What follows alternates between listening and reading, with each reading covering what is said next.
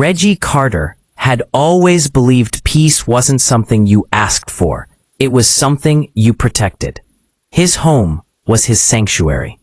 A modest, single-story brick house, neat lawn, well-kept hedges, a driveway just big enough for his car, and maybe one visitor.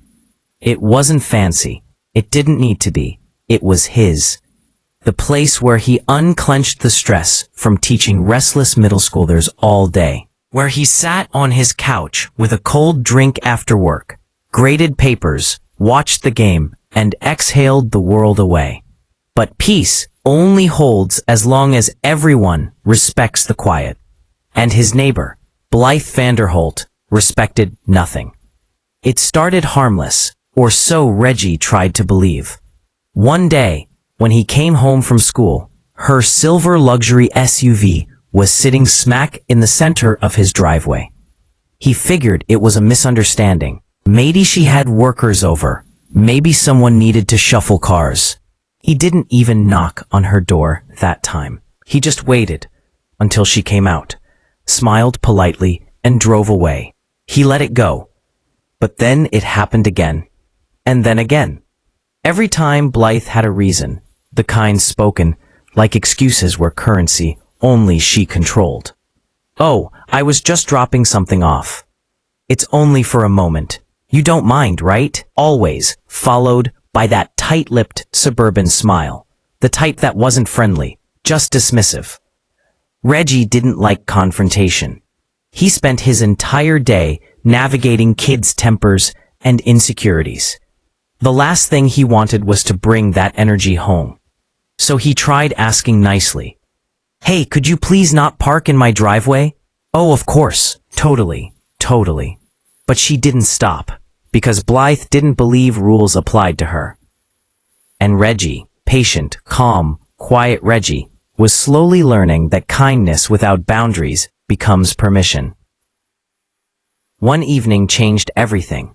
Reggie came home exhausted, the kind of exhaustion that sinks into your bones, only to see not just her car in his driveway, but another one, a sleek black BMW, taking up more space than either of them had any right to. This time, there was no excuse waiting, no neighborly wave, no apology, just audacity. Reggie walked up to Blythe's door and knocked, firm but still polite. She opened it with a wine glass in hand, looking at him like he was interrupting a spa appointment. "Yes, Reggie," she said, voice sweet like sugar-coated blades. Reggie nodded toward the driveway. "There are 2 cars in my spot today." "Oh," she blinked. "We're having people over. The street was full. I'm sure you don't mind." She said it like her assumption was law. Reggie inhaled, slow, steady, the way only a man who refuses to let anger win can. "I do mind," he said quietly. "Don't park in my driveway anymore." Blythe rolled her eyes. "Reggie, it's just a driveway. Don't be dramatic. Just a driveway." Funny how entitlement always shrinks the things that don't belong to them. Reggie tried one last time, calm, respectful, clear. "This is my property. I'm asking you to stop." She smirked, a kind of smirk that said she thought she was untouchable. "Sure, whatever you say." She moved the cars that night, but entitlement doesn't retreat. It waits for you to stop watching. Over the next 2 weeks, her car returned like a bad habit. Sometimes when Reggie got home, sometimes overnight, sometimes angled just a little too boldly, like a statement. "This isn't your driveway anymore." The final straw came on a Thursday evening, just past sunset. Reggie pulled into the street and saw her Lexus blocking the driveway again, slanted, careless, confident. He sat there in his car. No anger, no shaking hands, just decision. Some people mistake kindness for weakness. But silence is not the same as surrender. Reggie got out, walked inside his house, and didn't knock, didn't call, didn't write a note. He looked up the number of the towing company. The dispatcher asked, "Private driveway?" "Yes." "Owner on site?" "Yes." "Got proof of property?" "Yes." "All right then," the dispatcher said. "We'll be there in 18 minutes. And they were. The tow truck rolled up silent, professional, like a promise being kept. The driver glanced at the car, then at Reggie. "She do this a lot?" Reggie exhaled. "Too much." The driver just nodded. "Say less." Chains hooked. Hydraulics lifted. The Lexus rose slowly, like a queen losing her throne inch by inch. When Blythe realized what happened, she came pounding on his door, like she was owed something by the universe itself. Her voice was sharp, cold, outraged. "Reggie, where is my car?" Reggie looked at her the same way he looked at misbehaving 7th graders who ran out of excuses. "Probably halfway to the impound lot by now," he said. "You didn't." "I did. You're going to regret this." Reggie didn't raise his voice, didn't threaten, didn't curse. He just said one sentence. "No, Blythe. You are." And he closed the door. Not slammed. Closed. Quiet. Firm. This was the beginning. Not of a petty feud, but of a lesson about what happens when someone who thinks they're untouchable finally meets someone who won't be pushed. The next morning, the neighborhood woke up to whispers. Cars humming down driveways, sprinklers ticking in lawns, dogs barking behind fences. But under it all, people were talking. Not loud, not dramatic, just that quiet suburban buzz that spreads faster than wildfire and cuts sharper than any blade. "Did you hear what happened to Blythe's Lexus?" Reggie finally had it towed. About time.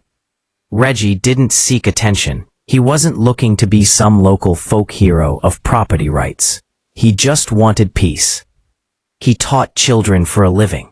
He settled arguments with calm tone and steady hands. He didn't like conflict, but he knew when to draw a line so clean and so straight that no one could pretend not to see it. But Blythe didn't see lines. She saw territory. And a woman who thinks the world belongs to her does not take being corrected lightly. Around mid-afternoon, Reggie heard a car engine outside. He looked out the window just in time to see a brand new black Escalade pull up to Blythe's driveway. Bigger. Shinier. Louder. The doors swung open. It wasn't just Blythe this time. Her friends had arrived. 3 of them. Dressed in pastel sweaters, expensive shoes, sunglasses, even though the sky was cloudy. The kind of group that has never been told no in their entire adult lives. They stood outside, arms folded, voices raised, laughing loud enough for the sound to carry across hedges. They wanted to be heard. They wanted Reggie to hear. Can you believe he did that? Over a driveway. The nerve of some people. Reggie didn't respond, didn't step out, didn't give them the satisfaction of an audience. He sat at his kitchen table, eating his lunch slowly, deliberately, silent. But silence only fuels the insecure. Blythe and her entourage crossed the lawn, no hesitation, and stood directly in front of his window like they were staging theater. Then came the knock. Sharp. Fast. Impatient. Reggie got up, wiped his hands on a towel, and walked to the door. He opened it just halfway. Blythe didn't wait to speak. "Where is my car, Reggie?" Her voice wasn't angry now. It was something worse. Cold, controlled. Calculated. Reggie leaned against the doorframe, calm as ever. "You can pick it up at Westline Impound. They open at 9 a.m. One of the women scoffed, loud, dramatic, almost rehearsed. "This is harassment." Reggie raised one eyebrow. My driveway is not public property. Parking on it wasn't an accident. It was a choice. The tow was also a choice. Blythe stiffened. This was not how the conversation went in her head. She expected anger, excuses, maybe an apology. Instead, she got logic. Clean, neutral, unshakable. That was infuriating. I have lived here 8 years, Blythe snapped. People respect me here. They like me here. Reggie held her gaze, steady, patient. Respect is something you give, Blythe, not something you demand. Her jaw tightened.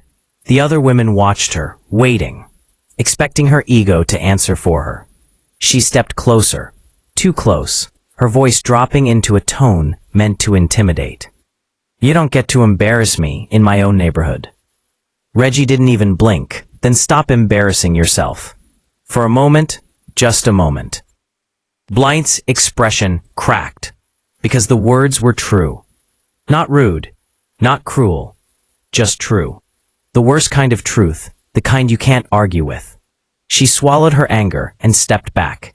This isn't over, she said. Reggie nodded once. That much I already understood. He closed the door. Not slam. Just like before. Click. Quiet. Final. That evening, Reggie sat on his porch with a cup of tea. The neighborhood lights flickering on one by one. He watched shadows stretch across driveways, watched dusk settle like a blanket across roofs and lawns. He wasn't afraid. He wasn't worried. But he was aware. People who feel entitled don't let go, they escalate. And people who don't respect boundaries only learn when there are consequences. The next move wouldn't be loud. It wouldn't be obvious. No, Blythe wasn't careless. She was strategic. Reggie could feel the storm gathering, quiet, invisible, heavy. He just didn't know when it would break. Inside her house, Blythe sat at her marble kitchen island, clutching her phone with white knuckles. Her friends were gone now. The show was over. But the humiliation was not. She dialed a number, one she rarely used, except when she wanted results. On the other end, a man answered, voice calm, professional. Security office, Officer Prosser speaking. Blythe exhaled, steadying her tone. I'd like to report a disturbance. The officer's voice sharpened. Type of disturbance. Blythe looked out the window, directly at Reggie's porch. Her eyes narrowed. A neighbor, she said. He's been acting threatening. The officer paused. Is there aggression, damage, trespass? Blythe didn't flinch. I feel unsafe, she said slowly. Those words, echoing through the phone, were chosen with surgical precision. In suburbs like this, police response often came faster to perception than reality. Officer Prosser replied, We'll send a patrol by tonight. Blythe smiled, small and cold. She wasn't going to argue with Reggie again. She was going to weaponize the system instead. But what Blythe didn't know was simple. Reggie had no idea he'd just become the target of something much bigger. And the night that followed would not just test his patience, it would test his freedom. Because sometimes the war doesn't start when someone takes what's yours. Sometimes the war starts when you finally take it back. Night settled over the neighborhood like a slow curtain. Streetlights flickered on, one by one, casting long, pale beams across driveways and front lawns. Dogs barked in the distance. Televisions murmured through windows. Cars hushed by on the main road. Everything looked peaceful. But peace isn't just what you see. It's what you feel. And tonight, the air felt waiting. Reggie sat in his living room, the soft hum of a jazz record spinning low in the background. He graded essays, red pen moving slowly, methodically, his mind half in the assignment, half aware of something unsettled. He knew Blythe wouldn't let go. Not someone like her. Not someone who believed inconvenience was injustice and boundaries were insults. But he didn't know how she would move next. He was about to find out. At 9:42 p.m., headlights swept across his windows, not bright enough to be a neighbor, not slow enough to be someone getting home. A police cruiser, pulling to a stop, right in front of his house. Reggie set his pen down, closed the essay book, stood up slowly, not anxious, not startled, just deeply alert. Two officers stepped out, not aggressive, not rushing, just purposeful. One of them clicked his radio, murmuring something quiet. They walked toward Reggie's front door. Knock, knock, knock. Just official. Reggie opened the door. The taller officer spoke first, the badge on his chest reading, "Evening, sir. Everything all right at this residence tonight?" Reggie nodded once. "Everything is fine." Prosser glanced past him into the house, like he was searching for permission to assume something else. "We received a call from your neighbor.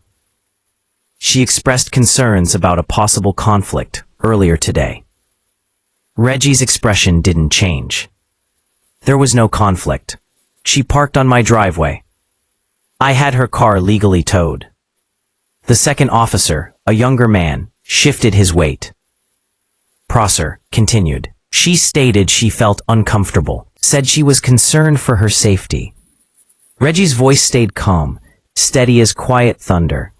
Feeling uncomfortable and being threatened are not the same, and you'll notice she didn't report a crime. Prosser paused. Reggie watched the moment something clicked behind the officer's eyes. Not agreement yet, but recognition. "Do you have security footage of your property?" Prosser asked. Reggie nodded. "Front door camera, driveway camera, full timestamps." Prosser exhaled, slow measured. This was not the response he expected. Most people panicked. Most people rammed excuses. Most people got emotional. But Reggie was composed. Composed people were dangerous because they were telling the truth. Prosser adjusted his stance. "We're not here to escalate anything," he said carefully, "just trying to make sure there's no ongoing situation." Reggie nodded once. "There isn't." The younger officer, who had been silent, finally spoke, voice softer, more human. "She didn't tell us about the towing." Prosser shot him a quick look, but the truth was already in the air now. Reggie didn't smile, didn't crow, didn't gloat. He simply said, "If your neighbor wants to weaponize the police, that's her choice. The law is still the law, and the driveway is still my property." Prosser exhaled again. Not angry, just tired. The kind of tired that comes from realizing someone has tried to use your uniform for personal ego battles. "We'll note it as a resolved property complaint," Prosser said. "No further action." Reggie nodded politely. Prosser hesitated, like there was something he wanted to say, but wasn't sure if he should. Finally, "Sir, just be aware. People like that don't stop easily." Reggie met his gaze, direct, grounded. "Neither do I." Prosser blinked once, not startled, just acknowledging. Respectfully. The officers stepped back, returned to their cruiser, drove away. No sirens, no warnings, no raised voices, just truth recognized. But through her blinds across the street, Blythe watched. She watched the police leave without reprimand, without caution, without humiliation delivered to the audacity next door. Her wine glass hung from her fingers, tight, the stem like a handle on misplaced superiority. Her friends had left hours ago. No audience now, only silence. And silence is where insecurity grows teeth. She replayed the scene in her mind. Police arriving, police leaving, Reggie calm. Calm is the greatest threat to someone who lives on control. She hated him for it, not because he had done something wrong, but but because he refused to react to her. And people like Blythe only feel powerful when someone else is bending. Reggie didn't bend. So now, she needed something bigger than police. She needed something that could turn the neighborhood against him. She opened her laptop, logged into the Homeowners Association portal, and began typing a formal complaint, not about parking, but about character, tone, suitability for residential community standards, weaponizing paperwork, weaponizing perception, weaponizing social standing. This fight wasn't about a driveway anymore. This was about identity, about who she believed she was, and who she refused to let him be. And Reggie had no idea the storm was about to move from asphalt to reputation. But storms don't scare men who have already learned how to stay standing in the quiet. Saturday mornings in the neighborhood usually smelled like cut grass and fresh coffee. Lawns buzzed with mowers, dogs tugged leashes, porch doors opened and closed in lazy rhythms. Reggie liked Saturdays because they reminded him that peace could be quiet and simple. But peace was no longer quiet, at least not for him. The letter arrived just after 10 a.m. A clean, white envelope folded into his mailbox like a whisper disguised as courtesy. Homeowners Association, Community Standards Review Notice. Those words alone told Reggie everything he needed to know. This wasn't about rules. This was about power. He opened it standing on his porch, sunlight warming his hands. The world so calm, it almost made the words feel surreal. A concern has been raised regarding your behavior and disposition toward neighboring residents. Reggie read the rest slowly. They used phrases like uncooperative attitude, disrupting neighborhood harmony, failure to engage respectfully. None of it mentioned the driveway, the car, the tow, the property rights. Because this complaint wasn't written to be true, it was written to be believable, and that was far more dangerous. Across the street, Blythe watched from behind her curtains, a soft, satisfied smile on her lips, the kind that only appears when someone believes the world has fallen back into their control. She didn't need to yell now, didn't need to call the police again. She had found the battlefield where her weapon worked best. Public. In this neighborhood, reputations were currency, and Blythe had always been rich, at least until now. Reggie walked inside, letter still in hand, and sat at his dining table. He read it again, not because he was confused, but because he understood exactly what was happening. He wasn't angry, he was analyzing. People often underestimate teachers, especially teachers who work with kids. But there's one thing teachers know better than anyone: patterns of behavior. And Blythe was following hers. When entitlement loses control, it does not apologize. It reorganizes the attack. Reggie leaned back in his chair and breathed out through his nose. Long, slow, steady. A breath that didn't come from frustration, but clarity. He wasn't dealing with a neighbor. He was dealing with someone who believed that power was truth. But Reggie knew the deeper, heavier, quieter lesson. Truth doesn't need power. Truth is power. Later that afternoon, he took a walk through the neighborhood. Not to spy. Not to defend himself. Just to observe. People looked at him differently now. Not hostile. A couple across the street stopped talking when he passed. A man trimming his hedges gave a polite nod, but no smile. Two joggers glanced his way, whispered, and kept moving. It was subtle, but subtle can be sharp. Reggie didn't change his pace, didn't change his expression. He walked like he always did, calm, grounded, present. But inside, something had shifted. This wasn't just his driveway anymore. This was his name.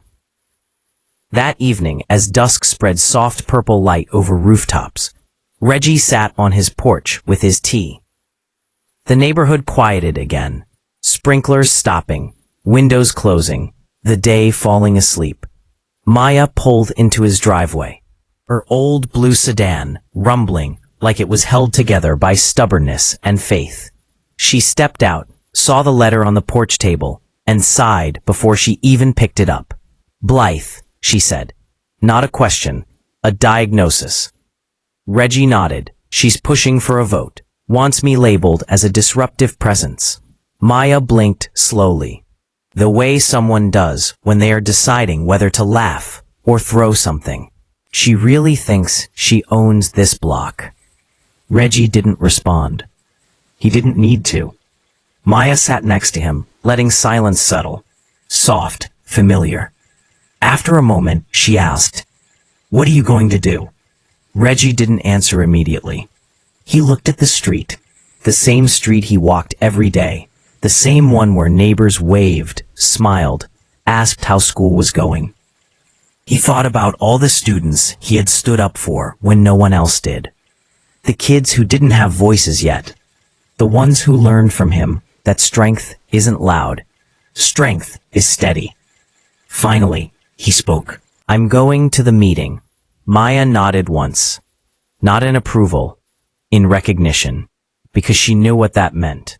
Reggie wasn't preparing to argue. He wasn't preparing to defend. He was preparing to stand. And when a calm man stands, the whole world sees it. Across the street, Blythe turned away from her window, where she had been watching the porch. She poured another glass of wine. She believed she had already won, but her mistake was simple. She assumed Reggie would fold quietly. She assumed a quiet man is a weak man. She had never met a quiet man who had run a classroom, who had held chaos together with a raised eyebrow and steady patience, who had learned how to stand firm without shouting. Blythe was ready for a fight. PHETP, but she wasn't ready for a wall.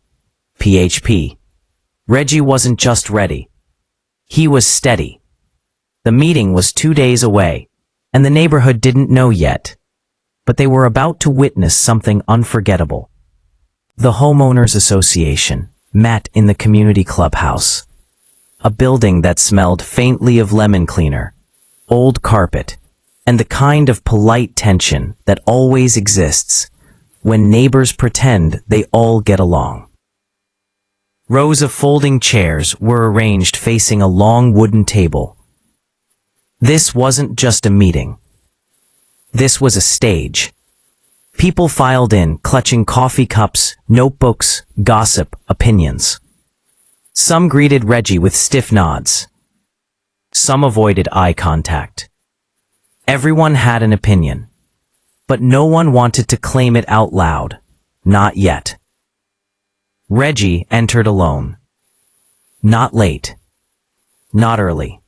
Just steady. He took a seat in the second row, not front, not back. No performance. No hiding.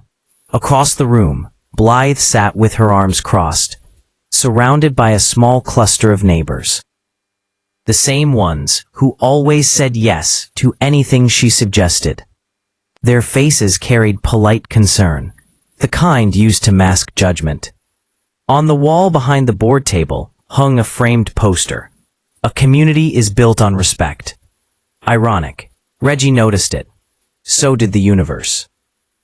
The HOA president, Mr. Lanning, retired, mild, conflict avoidant, tapped the microphone. "Thank you all for attending. We have an item brought forward by a resident regarding a concern about neighborhood conduct." Blythe stood.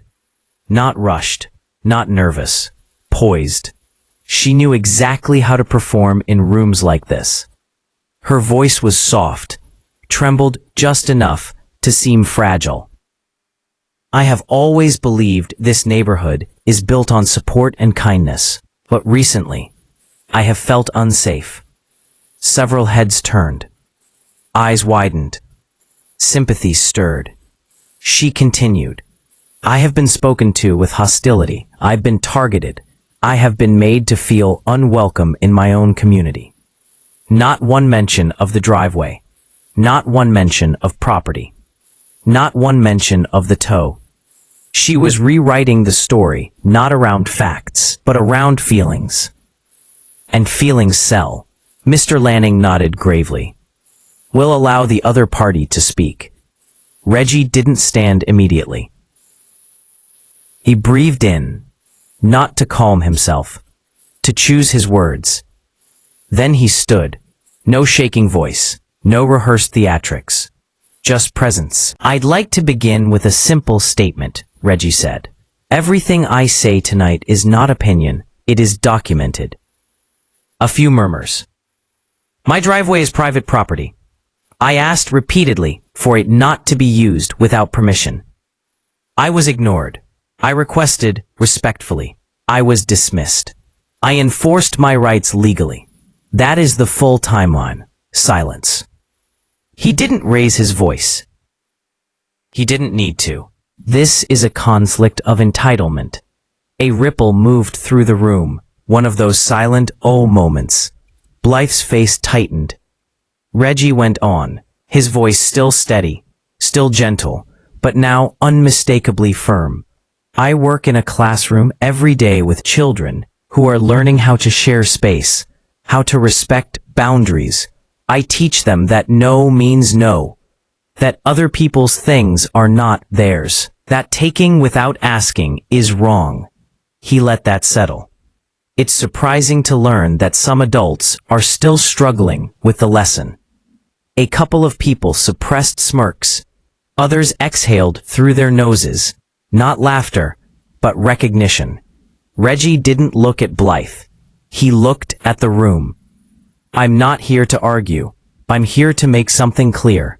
I will not be bullied. I will not be intimidated. And I will not apologize for enforcing my boundaries on my property.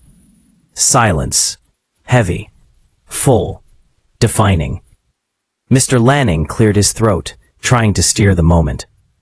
We'll take statements from any additional residents before we vote. A voice interrupted. From the back. Small. Quiet. But clear. He's right. Heads turned. It was Mrs. Alvarez, the older woman who lived 3 houses down. The one with arthritis, the rose garden, and the patience of someone who had seen 100 suburban wars. She stood slowly, hands gripping her cane. She's parked in my driveway before too, Mrs. Alvarez said. And when I asked her to move, she pretended not to hear. Gasps. Eyes widened. A crack in the wall appeared. Then Mr. Chen spoke up, the man who jogged every morning at 6:30. She blocked my mailbox 2 months ago. I had to drive to the next street to get my mail. Someone else. She yelled at my son for riding his bike on the sidewalk in front of her house. And then, the woman who lived directly beside Blythe, usually quiet, head down, never involved, lifted her hand. Voice trembling, but not weak. I told her to stop parkin' in mine too. She told me I should be lucky to have company. The room shifted. Not a subtle shift, a turning. Every story was a thread, and suddenly everyone could see. The thread was Blythe, not Reggie, not the driveway, not the tow truck, but Blythe. Her facade cracked, not shattered, not broken, just enough to show what was underneath. Entitlement. Fear. Reggie didn't smile. He didn't gloat. He just stood there. The same way he had stood at his front door that night. Calm, grounded, unmoved. The meeting wasn't over yet, but the neighborhood had already decided. Blythe hadn't just lost the room. She had revealed herself to it. No one spoke for a long moment. Not Blythe, not the board, not the neighbors who once nodded along to her complaints.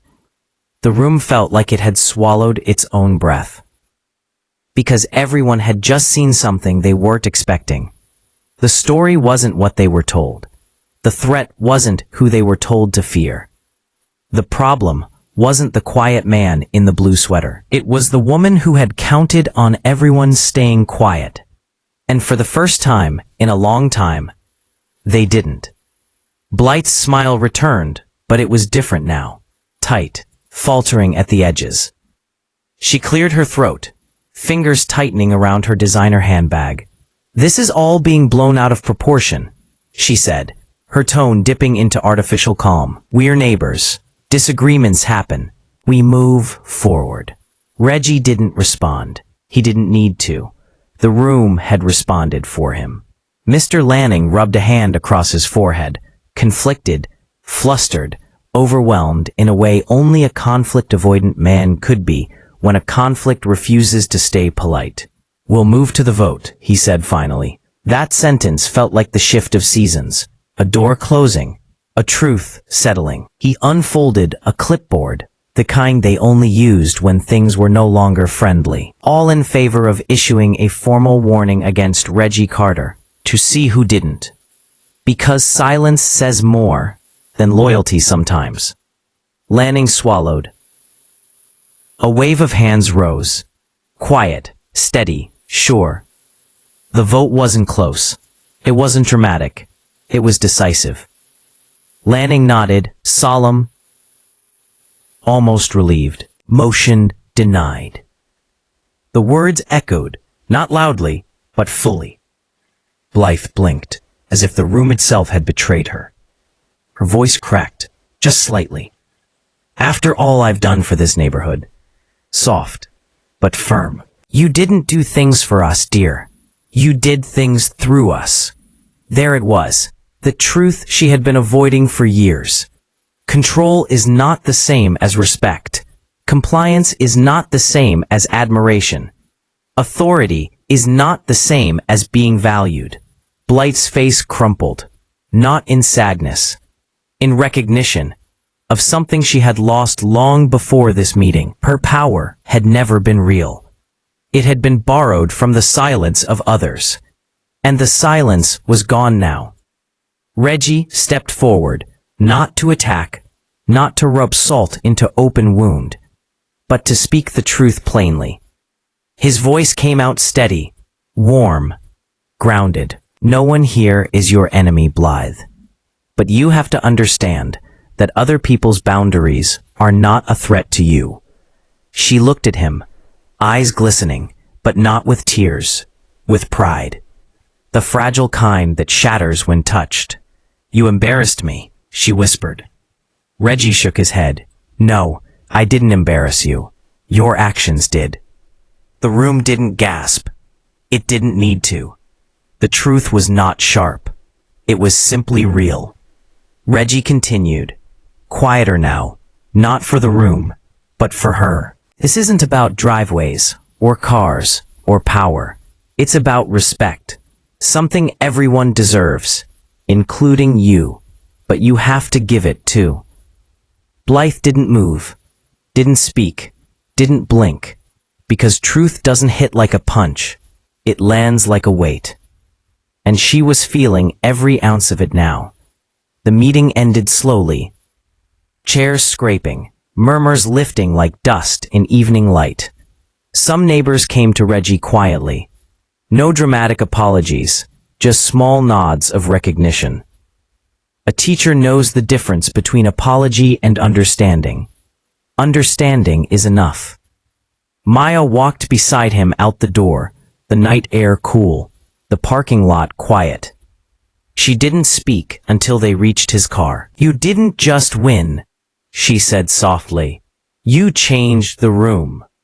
Reggie shook his head, a faint, tired smile touching the corner of his mouth. "The room changed itself. I just didn't move." Maya looked at him, thoughtful, proud. That's the part most people can't do. They stood there in silence for a moment, street lamps humming overhead, the clubhouse glowing behind them, like the last frame of a film. Reggie wasn't triumphant. He wasn't energized. He was simply steady. Steady in the way a person becomes after they have defended their identity. Not with fists, not with shouting, but with truth held without shaking. Across the parking lot, Blythe walked to her car alone. Her friends didn't walk with her. Her certainty didn't walk with her. Her power didn't walk with her. For the first time in years, she looked small.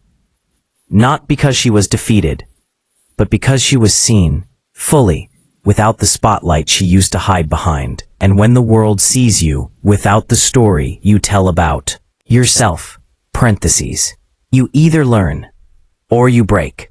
The night didn't decide for her, but it opened the door. Tuesday, Reggie drove home slowly, windows down, night air moving through the car like something clean, something earned. He pulled into his driveway, empty, open, rightfully his. And for the first time in weeks, he felt what he had been defending all along. Home. First and property. Home. And peace doesn't always roar when it returns. Sometimes, it just sits beside you quietly. Like an old friend. The next morning rose slow and gentle. Sunlight crept over rooftops, spilled across lawns, and warmed the quiet street. The wind carried only the soft rustle of leaves. No tension beneath it now, just stillness. Reggie stood on his front porch with a mug of coffee in his hand. The same porch where he had sat with worry, with frustration, with long breaths, holding things together. Now, he sat with peace. Not the soft, fragile peace that breaks easily. The kind that is earned. The kind that grows roots. Across the street, Blythe's blinds were closed, curtains drawn. Driveway empty. Conspicuously empty. Reggie didn't enjoy her silence. He didn't celebrate it. He simply understood it. Sometimes the hardest lesson isn't losing power. It's realizing you never had it the way you thought you did. Change doesn't always look like apologies and confessions. Sometimes change just looks like quiet. The kind you don't disturb because something inside it is finally thinking. Later that afternoon, Reggie walked to the mailbox. Mrs. Alvarez waved from her rose garden, wearing gardening gloves and a soft smile. "Morning, Reggie," she called. Reggie smiled back, warm. "Morning, Mrs. A." Mr. Chen jogged past, slowed, tapped Reggie's shoulder lightly. "You handled that well." Most people would have tried to yell back. Reggie chuckled softly. Yelling never taught anyone anything. Mr. Chen nodded and continued running. Small things, simple moments, but meaningful. The neighborhood wasn't cheering for him. It was returning to normal, just without the tension. Sometimes that is the real victory. That evening, Maya came by with a grocery bag full of dinner. Roasted chicken, seasoned vegetables, fresh rolls. She set them on his kitchen counter like it was tradition. Reggie looked at the spread and raised an eyebrow. "This is too much," he said. Maya shook her head. "You carried enough. Let someone else bring dinner." Reggie paused. Not at the food, at the truth. The hardest part of being strong is remembering you don't have to do everything alone. He smiled. A soft, tired smile that finally felt real. They sat, ate, talked about nothing heavy, laughed a little. Life felt like life again. Not a battlefield, just living. When the dishes were washed and the night slowly settled in, Reggie stepped outside one more time. The street was calm, under the orange glow of streetlights. He looked at his driveway, unoccupied, clean, peaceful, and then he noticed something unexpected. Across the street, Blythe opened her front door and stepped outside. No audience, no entourage, no posture, just her. She didn't walk over, didn't wave, didn't speak. She just stood there for a moment, looking at him, really looking, not with anger, not with superiority, with understanding. A message passed between them, wordless, weightless. This story is over. Reggie nodded once. Blythe nodded back. Nothing more. No grand speech. No apology scene. No dramatic music. Some resolutions are just acknowledgement. Two people who learned something about who they were in the world. Reggie went back inside.